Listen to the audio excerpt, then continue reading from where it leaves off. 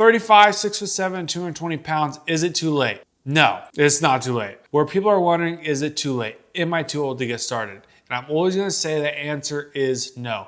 Now, of course, you can really over-exaggerate, oh, I'm 65, 70 years old. Am I too late?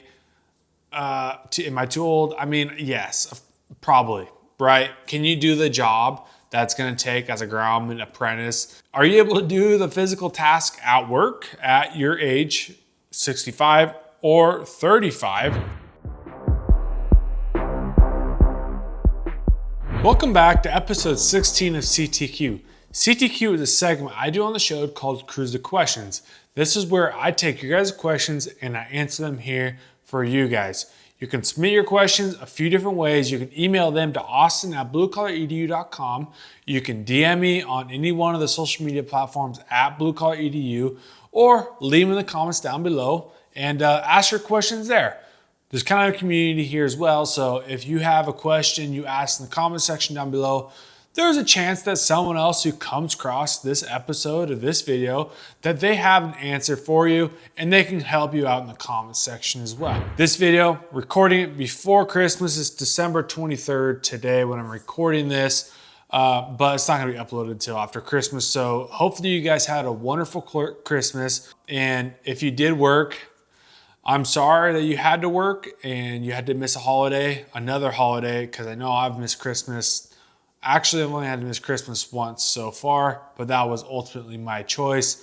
So yeah, hopefully you guys had an awesome Christmas with friends, family, and look forward to the new year. 2025 is gonna be a good year. I have a good feeling. If you work in the blue collar world, doesn't matter what industry, I feel like there's gonna be a lot of good opportunities that come up in the next few years. So with all that being said, if you guys have questions about getting started in a trade, whether that be a lineman trade or iron workers, electrician, HVAC, it doesn't really matter.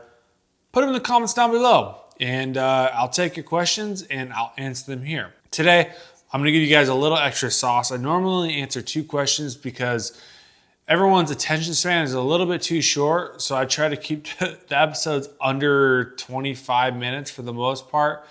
And but today I want to answer 3 questions. These are 3 good questions I got from you guys in the comment section between videos. So let's hop into the first question. This is a really good question that I haven't really talked about, but I feel pretty passionate about, or I feel is pretty important. This guy at Mike M2022 comments, "Hey, Blue Collar EDU, I'm 35, 6'7", 220 pounds. I'm not overweight, but I'm out of shape. Gonna be 35 soon. Is it too late to get into this career?" He's replying to a video about the lineman trade, so I'm assuming he's talking about the lineman trade. 220 pounds, 6'7", that's a pretty big dude. That's a healthy weight. I mean, considering I'm 6'2" on a good day and weigh like 215. I know you guys might not believe that. Sitting here, you guys probably don't think I weigh that. That's all right. Muscle weighs more than fat, so got a lot of that going on. Anyway, 35, 6'7", 220 pounds. Is it too late? No, it's not too late. I've answered this question, similar question to this, many different times in previous videos, previous CTQs, where people are wondering, is it too late? Am I too old to get started? And I'm always gonna say the answer is no. Now, of course, you can really over-exaggerate, oh, I'm 65, 70 years old. Am I too late? Am I too old? I mean, yes, probably, right? Can you do the job that's gonna take as a groundman apprentice? Are you able to do the physical task at work at your age, 65 or 35? If the answer is yes, then you're not too old. It's not too late. I always say this, in my apprenticeship class, there was the majority of the apprentices were in their probably mid to late 30s. It's because they got into either a trade or they got into a career that they thought they wanted to do in their 20s and then they did it, or they just bounced around until they finally found something that they liked, which was the lineman trade, and then they got started in the lineman trade. So at 6'7", 220 pounds, at 35 years old, it's not too late. And I kind of want to hit on, I'm not overweight. So I've worked with some big dudes in this trade, right? Like some real big dudes. 6'6", 260, 270, built, stacked, yoked dudes, all right? So at 6'7", I'm gonna say in this trade that the taller you are, the more almost of an advantage it is. When you're working on a bucket truck, or specifically when you're working off a pole and you're 6'7", man, dude, you can reach out to 10 foot almost. Like, dude, you got a lot of length to you, and that's only going to help you significantly in your benefit. I'm 6'1", 6'2", and it's helped me quite a bit when you're on the pole working and you got to lean out to do something. I'm a little bit taller, not super tall, but I'm a little bit taller. I'm able to stretch out there and get what I need to get done. Because there's often times on the pole where like, man, I got to stretch to get this thing done. Now, if you're 5'4", I feel really bad for you. I've had some apprentices, some groundmen who are on the lower end of the spectrum when it comes to height, and they got to bring like literal stepping blocks to work, so they can step, they can be tall as their journeyman in the bucket. Because if you're the short guy in the bucket, and let's say you're in a bucket working and you're 5'5", all right, and your lineman is 6'5", he's a foot taller than you, that's an issue. Because that height difference, your journeyman is going to be able to sit there and reach and do everything, and you're going to be on your tippy toes trying to do everything, and you can't. You know what I mean? Like, it sucks, but the taller you are, the better. 220 pounds. If you're not, you say you're not overweight, but you're out of shape, get in shape. Because as an apprentice, as a groundman starting out in this trade, very physical. You're the one digging the holes. You're the one doing all the physical work that the journeyman don't want to do. I'm not saying the journeyman don't do physical work, but I'm saying when there's a hole to be dug or a ditch to be cleaned out or something like that, you're the one doing it. Climbing towers, climbing poles. I didn't get to go in a bucket truck till I was literally like a 6-step apprentice, because my foreman told me, hey, if you wanna work in the air, get your climbing tools on, but you better make sure everything on the ground is done first before you go up in the air. So I climbed all the time. I climbed every chance I could, and climbing's not easy. It's not a natural it's not a natural thing for people to do. It ain't easy on your knees. That's why a lot of guys, if they don't have to climb anymore, they won't, and I don't blame them. I enjoy climbing, but like if I don't have to climb, I'm not gonna climb, because it ain't good on your knees. I'll say that. But if you're an apprentice, if you're a groundman, you better be taking opportunities to climb. You're doing all the physical stuff, and this job is very physical. So if you're not overweight, but you're not in shape, get in shape. At 6'7" and 220 pounds, you have the ability to be an absolute unit. And the more of the unit you are in this trade, the better. Let's just say you're 6'7", you weigh 230 pounds of lean muscle mass. At 35 years old, hop on some testosterone. I'll go get your blood work done, see where your T levels are at. I'm just saying, if this was me personally, if I'm 35, 6'7", 220, I want to get in shape, I'm going to the doctor, I'm getting my blood work done, I'm getting my blood results back. And if I'm low on T, I'm hopping on testosterone ASAP. And if you enter the trade at 230 pounds, 6'7", you're a unit. And that's only going to help in your benefits. So not to ramble too much more about your size, but I think that is something very important that people don't really think about is, yes, the better shape you are, the easier it is going to be for you, because you're stuck with all the physical BS, physical work that no one else wants to do. So is it too late? No. Should you get in shape? Absolutely. All right, let's hop into question number 2. This guy at Here We Grow 5113 comments, how long were you on the road during your apprenticeship? So my lineman apprenticeship took me 3 years, 3 months. I started in September of 2017, and I topped out, passed my German test, became a German lineman at the end of December, almost basically exactly 4 years ago now at the time of the posting of this video. So it took me 3 years, 3 months to get through. Out of those 3 months, when I first got called out as an apprentice in the middle of September of 2017, I was 3.5, 4 hours from home. So I was traveling. You could say I was traveling, right? or I was on the road. I would consider I'm on the road because I'm not at home, right? I'm living at a hotel. I'm living on the couch of another apprentice's trailer. I'm renting a room from an old grandma who just happens to have this old crappy house down an old dusty road. And she's like, sure, you can live in my house for $300 a month, right? So I'm living on the road. September, October, November, December, January, February, March, April. 8 months I'm on the road. Job gets done. I get laid off for 2 weeks. I get picked back up. And at this point, when I get picked up, back up in the apprenticeship, I'm a second step, and it's for doing distribution work like an hour north of where I'm actually from. So I'm back at home. And I work close to home again or I would say at home, even though I'm commuting an hour plus every single day each way, whatever. But I'm living at home. I do that, let's see, June, July, August, September, October, November, December, January, February, March, April, May, June, July, August. I basically do for a year and a half. So out of the first 2 years, 3 months of my apprenticeship, 8 months was on the road. The rest of that was at home.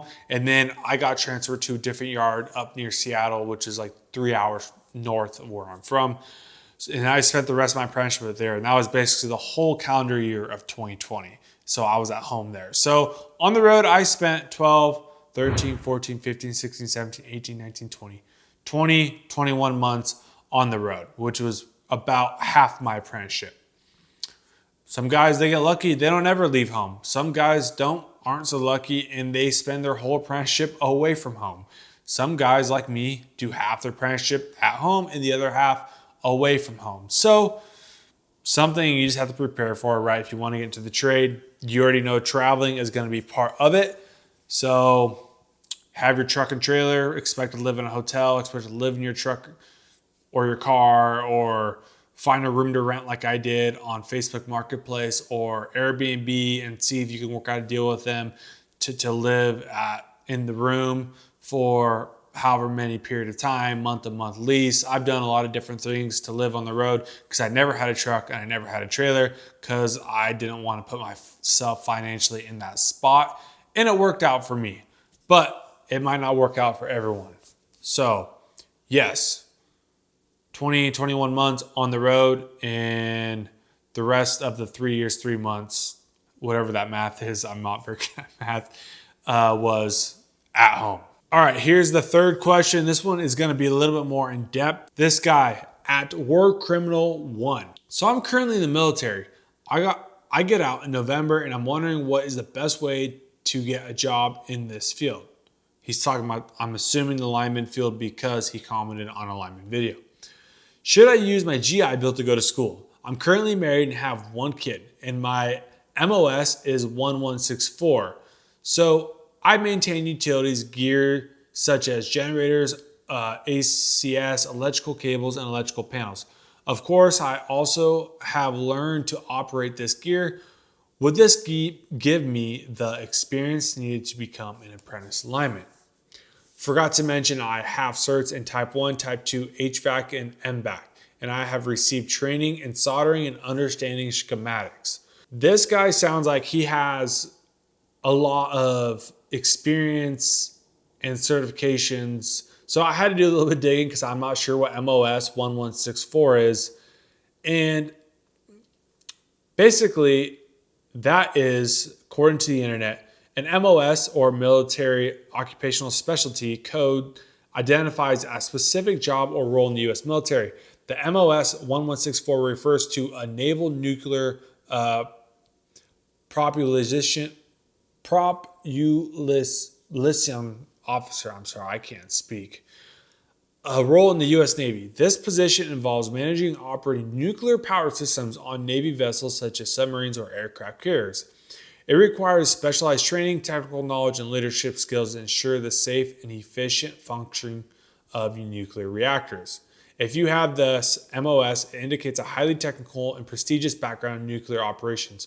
Would you like to explore? Blah, blah, blah, blah. So after I read that and I learned about what the MOS 1164 is and what he says his certifications, the certifications he has, and the experience he has so far, man, I would recommend for you. The only thing it sounds like you are missing that you will need to get for the lineman trade is your Class A CDL with no auto restrictions, and then on top of that, invest in some climbing gear, some tools. Brother, I would straight up just apply for an apprenticeship. With you being a veteran and with your experience on nuclear reactors and everything that you've listed that you've worked on and your certifications, brother, I think you're one of the most qualified people that would apply for a lineman apprenticeship without being a groundman or a pre-apprentice or something like that on a lineman crew. You already have so much knowledge and experience in the electrical field, messing with generators and nuclear reactors and stuff like that, that if I was on an interview board and you came in and you said, hey, I served in the military for X amount of years, I worked as a MOS 1164, and you explained to me what that is, and you explained to me your experience, brother, I would probably personally rank you pretty doggone high. But that's just me personally looking at it. Now, you're wondering, do you use your GI Bill to go to school?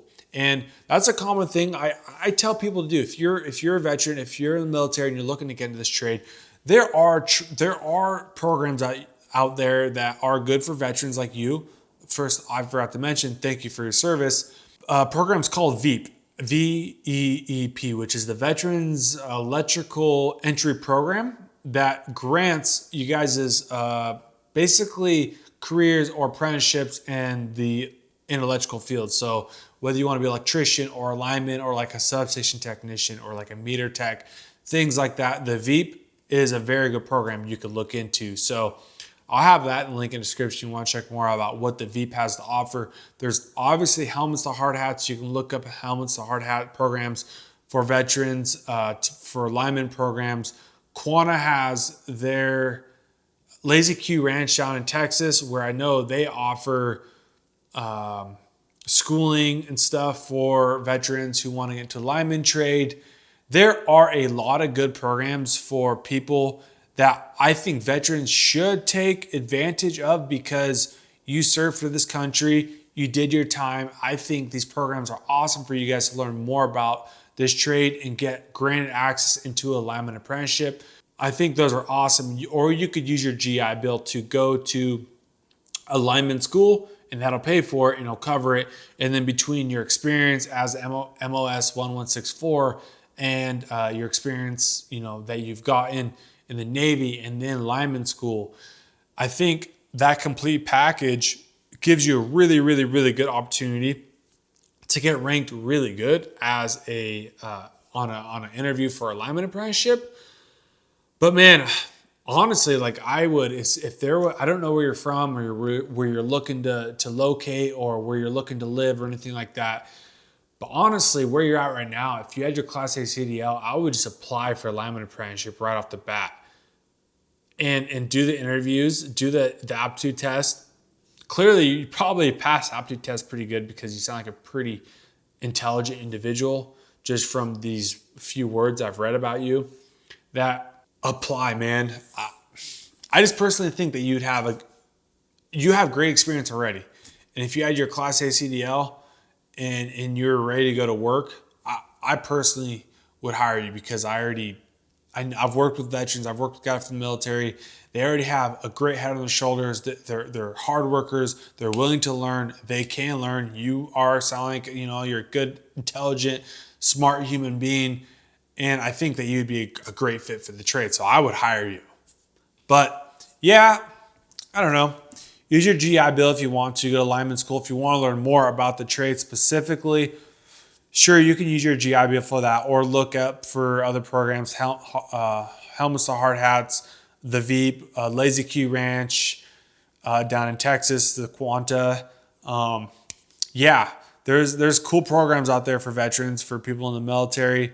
So I would look up those as well and then apply. That's just kind of what I would do personally if I was in your situation. I'd apply first. If not that, I would use my GI Bill to go to lineman school, and I would look up the different programs for veterans. So hopefully you guys learned from that video. Threw an extra one at you guys. I think that last one was pretty important. For those of you who are veterans and wanting into lineman trade, this is a great trade for you. The brotherhood, the work, you guys kind of already have it all or know all about it without actually being in it. So it's a great transition. I think from what I know from other veterans and people that this transition from the military into a skilled trade like the lineman trade or iron workers, there's a lot of trades out there that have a strong brotherhood.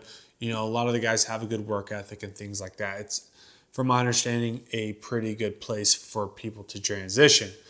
So hopefully you guys can learn from this video. With Blue Collar EDU, I'm here to expose, teach, educate you guys about blue collar career opportunities. If you guys want to learn more about the lineman trade, just go to bluecollaredu.com/lineman. If you don't know what trade is for you, go to bluecollaredu.com. Right on the homepage, there is a free trade quiz that you can take, and it'll spit out an answer for you to maybe pursue a trade that is a good fit for you. With all that being said, I'll catch you guys on episode 17 of CTQ.